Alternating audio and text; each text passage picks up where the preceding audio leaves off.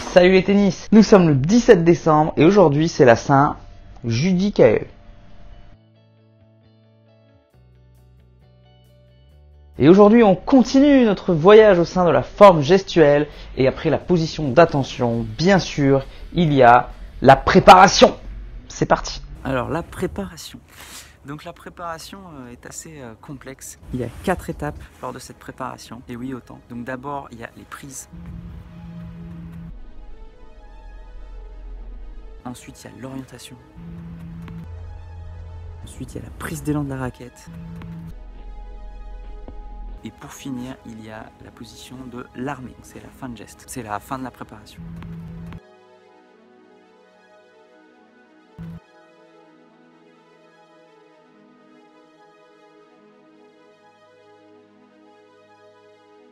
Les prises, elles englobent les prises neutres, les prises de coup droit et les prises de revers. Donc on va préciser un peu tout ça ensemble. Donc les prises neutres, il y a 2 prises utilisées, la prise marteau et la prise continentale. La prise neutre est souvent utilisée pour les positions d'attention ou au service. Et ensuite la prise de coup droit. Donc prise de coup droit, il existe la prise semi-fermée de coup droit, la prise fermée de coup droit et la prise extrême de coup droit. Donc si on fait un petit historique rapide des dernières années, on constate qu'il y a longtemps, il y a 20, 30, 40 ans, on avait quasiment que des prises neutres, voire semi-fermées de coup droit, faire des coups droits bien sûr, et qu'avec le temps et l'évolution, ça s'est orienté vers une prise de plus en plus fermée. Donc actuellement la prise la plus utilisée est la prise fermée de coup droit, mais il y a beaucoup de joueurs qui utilisent la prise extrême également. Donc quels sont les avantages et les inconvénients? Plus on va fermer la prise, plus on va pouvoir avancer le plan de frappe, c'est quand même un gros avantage. Au niveau de la prise fermée, je trouve qu'on a une grosse mobilité du poignet qui est hyper importante pour donner de la vitesse. Plus on va être en prise continentale, donc semi-fermée, continentale ou marteau,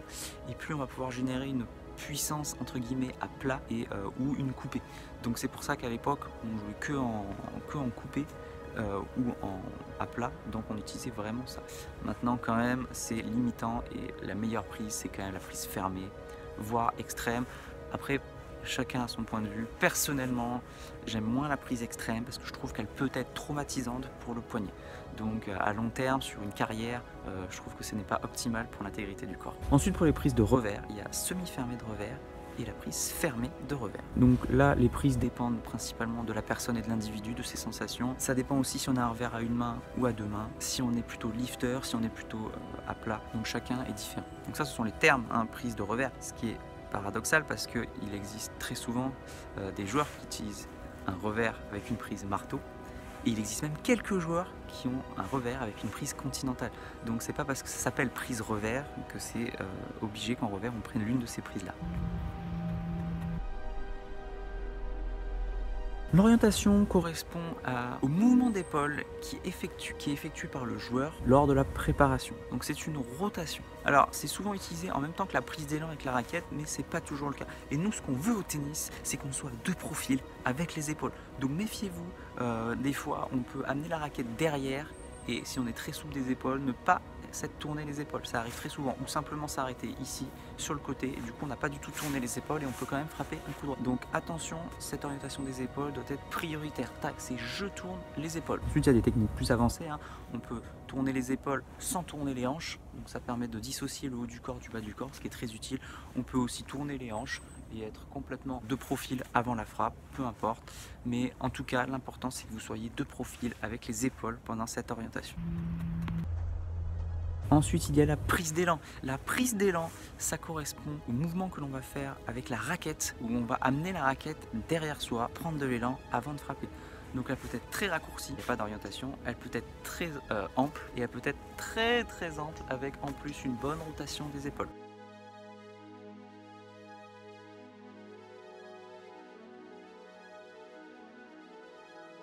Donc souvent on dit qu'il y a 3 formes à cette préparation. Donc il y a la forme convexe, la forme directe et la forme concave.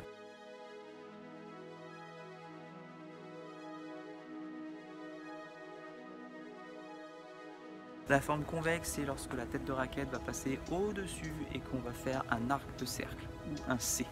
La préparation directe, c'est quand à partir de la position de départ jusqu'à l'armée, la raquette fasse une ligne droite. Tac. Et enfin concave, c'est quand la raquette passe par le bas pour ensuite remonter. On dit qu'elle forme ainsi un U. Donc souvent en coup droit on conseille la préparation convexe parce que ça permet de donner une prise d'élan où il n'y a pas de temps d'arrêt, donc une belle boucle qui permet de bien accélérer la balle. Bizarrement en revers, la prise d'élan directe est très utilisée. Par contre les prises concaves sont de moins en moins utilisées fond de cours. La prise concave existait par le passé mais elle est en voie d'extinction et si elle existe bien sûr au service, hein, comme ceux qui ont une gestuelle classique, on passe par en dessous pour ensuite remonter. Donc voilà les 3 formes de la prise d'élan. Et vous avez quoi comme forme de prise d'élan?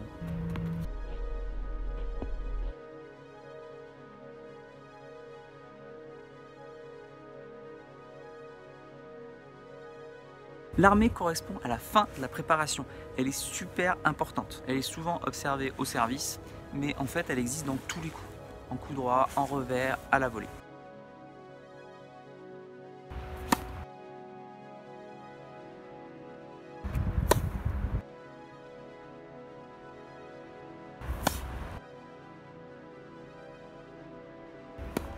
Donc outre l'orientation dont on a déjà parlé, les critères observables de l'armée sont la tête de raquette au-dessus du point d'impact pour donner un maximum de vitesse à sa tête de raquette avec une mini prise d'élan et l'utilisation du segment libre dans un rôle d'équilibre.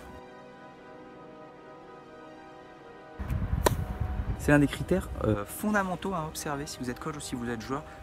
Regardez vraiment votre armée, c'est hyper important. Toujours, hein, si on a du mal avec une frappe, il suffit de regarder le début et la fin. Si déjà le début et la fin sont bien respectés, normalement le milieu devrait être pas trop loin. Donc voilà, le début c'est l'armée, donc vraiment mettez une grande attention là-dessus.